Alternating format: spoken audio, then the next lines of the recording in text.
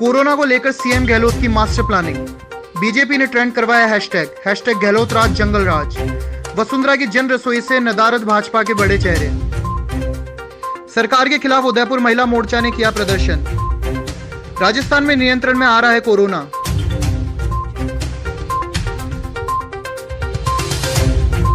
प्रदेश के 5 कलेक्टर्स को मिली नागरिकता देने की शक्ति। बोर्ड परीक्षा को लेकर शिक्षा मंत्री डोटासरा ने दिए संकेत। उच्च शिक्षा की परीक्षाओं को लेकर 10 जून तक फैसला। बीजेपी नेता राजपाल सिंह शेखावत ने किया राशन वितरण। अस्पतालों का जायजा लेने पहुंची सांसद दिया कुमारी।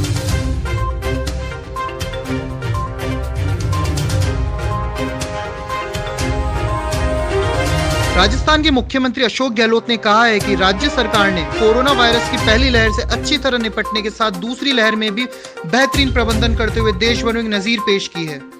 उन्होंने अधिकारियों से कहा है कि तीसरी लहर की आशंका को ध्यान में रखते हुए राज्य में ऑक्सीजन उत्पादन, टीकाकरण और चिकित्सा बुनियादी ढांचे को और बेहतर करने का मास्टर प्लान बनाया जाए तथा किसी भी स्तर पर कोई भी कमी नहीं रहे। राज्य में बढ़ रही आपराधिक मामलों को देखते हुए बीजेपी ने गहलोत सरकार पर हल्ला बोल दिया है।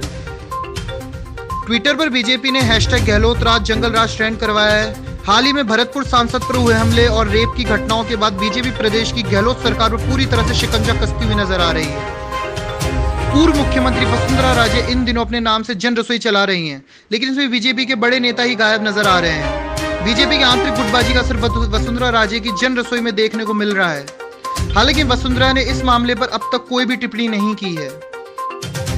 भारतीय जनता पार्टी के महिला मोर्चा द्वारा उदयपुर के मुखर्जी चौक में राजस्थान की गहलोत सरकार की नाकामी के खिलाफ प्रदर्शन किया। हाथों में तख्तियां लेकर महिलाओं ने गहलोत सरकार में महिलाओं की सुरक्षा को लेकर सरकार के खिलाफ जमकर नारेबाजी की। महिला मोर्चा की प्रदेश अध्यक्ष अलका मुंदड़ा ने बताया है कि राजस्थान में महिलाओं के साथ दुष्कर्म की घटनाएं बढ़ रही है और गहलोत सरकार आंखें मूंद कर बैठी है।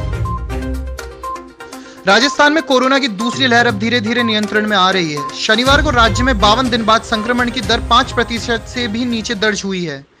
समूचे प्रदेश कोरोना के 2314 नए केस मिले हैं, जबकि 70 लोगों की मौत इस बीमारी से हुई है। एक्टिव केस भी कम होकर 56,628 पर पहुंच गए हैं। केंद्रीय गृह मंत्रालय ने एक अधिसूचना जारी करते हुए राज्य के 5 जिला कलेक्टर्स को नागरिकता देने की विशेष शक्तियां प्रदान की है। जालोर, पाली, उदयपुर, बाड़मेर और सिरोही के जिला कलेक्टर्स को विस्थापितों के हित में ये स्पेशल पावर दिए गए हैं। इससे पहले इन्हें केंद्रीय गृह मंत्रालय की मंजूरी लेनी पड़ती थी।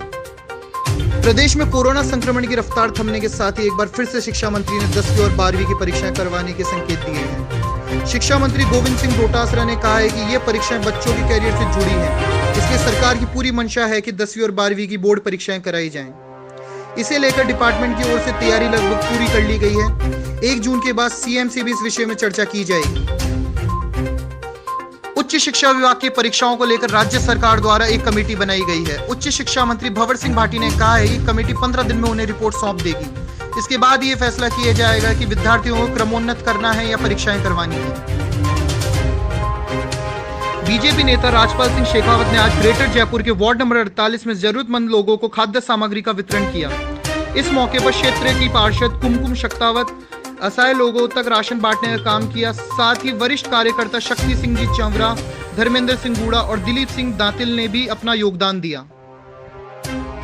राजस्थान के राजसमंद से सांसद दिया कुमारी अपने लोकसभा क्षेत्र के स्वास्थ्य केंद्रों का औचक निरीक्षण करने पहुंची।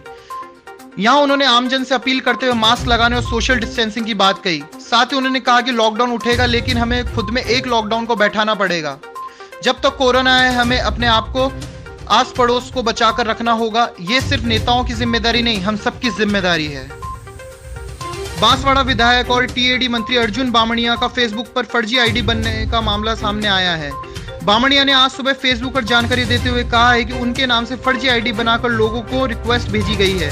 उन्होंने मुकदमा दर्ज कराने की बात कही है। राजस्थान के बेरोजगार कंप्यूटर डिग्री धारियों ने कोरोना काल में वर्चुअल धरना देकर अपनी मांगे सरकार के सामने रखी है। इसके साथ ही संगठन ने ट्विटर पर हैशटैग कंप्यूटर वैकेंसी के लिए वर्चुअल धरना को भी ट्रेंड किया है। कोरोना काल में भीलवाड़ा जिले के जहाजपुर कस्बे में इंसानियत की नई मिसाल देखने को मिली है। कुछ दिन पहले इस सड़क दुर्घटना में एक गरीब परिवार के इकलौते पुत्र की मौत हो गई थी।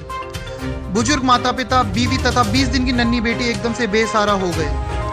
ऐसे में मदद को आगे आया देश वाली समाज के मदद फाउंडेशन संस्था ने 1,05,000 रुपए इकट्ठा करके इस परिवार को मुश्किल वक्त में सहारा दिया। इसमें से 75,000 रुपए का नगद चेक मृतक के माता पिता को दिया गया एवं 30,000 रुपए सरकार की लाभकारी योजनाओं में मासूम बच्ची के नाम से निवेश किए जाएंगे। आज के लिए बस इतना ही। नमस्कार।